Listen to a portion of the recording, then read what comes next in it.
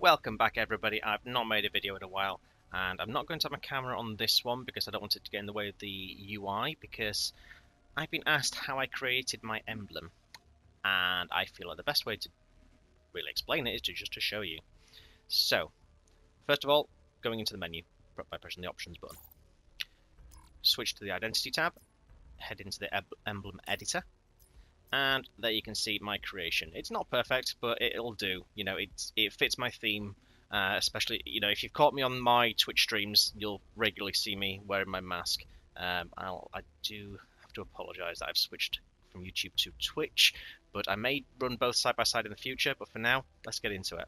So there we go, into the editor. So as you can see at the top top middle on the left a little bit, layers used 21. So I've used 21 icons here. So as you can see, I've used a lot of parts on this. I had my mask in front of me on my desk, and I just tried to build it up. Now I can't show you front to back really, or maybe I can if I use the background. Okay, let me try and do it this way. Just quickly see if this works. So if I press X on the background, which is just the black layer behind it, if I change the color, just make it a little bit more obvious like that. Okay, so you can see the difference in black as I move it through. So by having that selected, if I hit apply again now, that's back to the basic mode. But if I press X on it, then I can change the layer by pressing left and right. You can see that on the UI just underneath the actual picture, the change layer order. So if I press right now, that's going to drop it down 1. Now can you see in the bottom right, it's taken away the item that is number 1. Because number 2 is now a higher priority. Number 1 is that number 1 is now hidden behind the background layer. So this is how I'm going to show you. I'm not going to faff around creating it again. I'm just going to essentially use this to eliminate pieces so you can see how I've built this up. So I did this in 15 minutes just this morning before I woke the kiddie up. So if I move that, you can see the bottom right has disappeared. Move that. That's the right edge of the mask. So I don't really need to explain this. Just you can see bits disappearing gradually. If you need to rewind and step back in the video, feel free to do so you can actually see which bit actually disappeared. I'm doing this slowly to make that easier for you. So these last 2 bits were basically just fills. The rest of them were used to create the shape of it, you know, building up bit by bit, and then those last 2, so this the kind of half circle and the jelly bean were used just to fill the gaps that were still remaining there. And then, of course, the designs speak for themselves. You all know how to use, you know, just look through the various patterns and things and add them to your mask. So as you can see, that is how it was built up bit by bit. So if I go back through, obviously this is now in reverse order. So these were that's the last thing I put on the mask. So you're going to see the white be built up. Again, this is in reverse order. This isn't the order I built it up in. This is reverse order. So I didn't start with that jelly bean. That was the last one I actually applied. So it's just a case of scaling things and rotating them to build up the actual shape that you want. So it takes a bit of effort, I guess. Is effort really even the right word? But yeah, there you go. Nice and simple. It just takes, yeah, if you've got the patience to do so, and you can kind of see what you want to achieve in the end, then it's not too hard to just basically go through and choose the bits you need.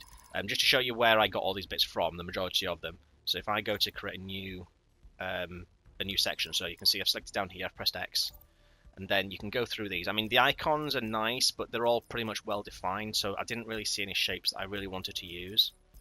So you can see there's a fair few to go for if you just want to have ready-made things, if anything suits your purpose. But I went through, I mean, you've got stickers as well, but again, that's ready-made. Sticker sets, I've not got any. So this is where the meat of it is. So shapes is pretty much what I used. So I built them up from all these shapes, just trying to get the right kind of angles, right kind of outline to it, and then I filled it in with whatever shapes would fit in the gaps without going over the outlines. So to actually get back to actually go, when you're using the D-pad here, I found it quite annoying. You can't actually get back, or you can if you go right to the top.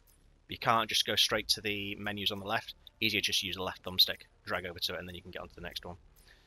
Patterns I didn't really bother with. I used 2 of these. Yeah, I used that for the kind of teardrops on the right hand side don't think I used any others. No, I didn't. They weren't appropriate to me.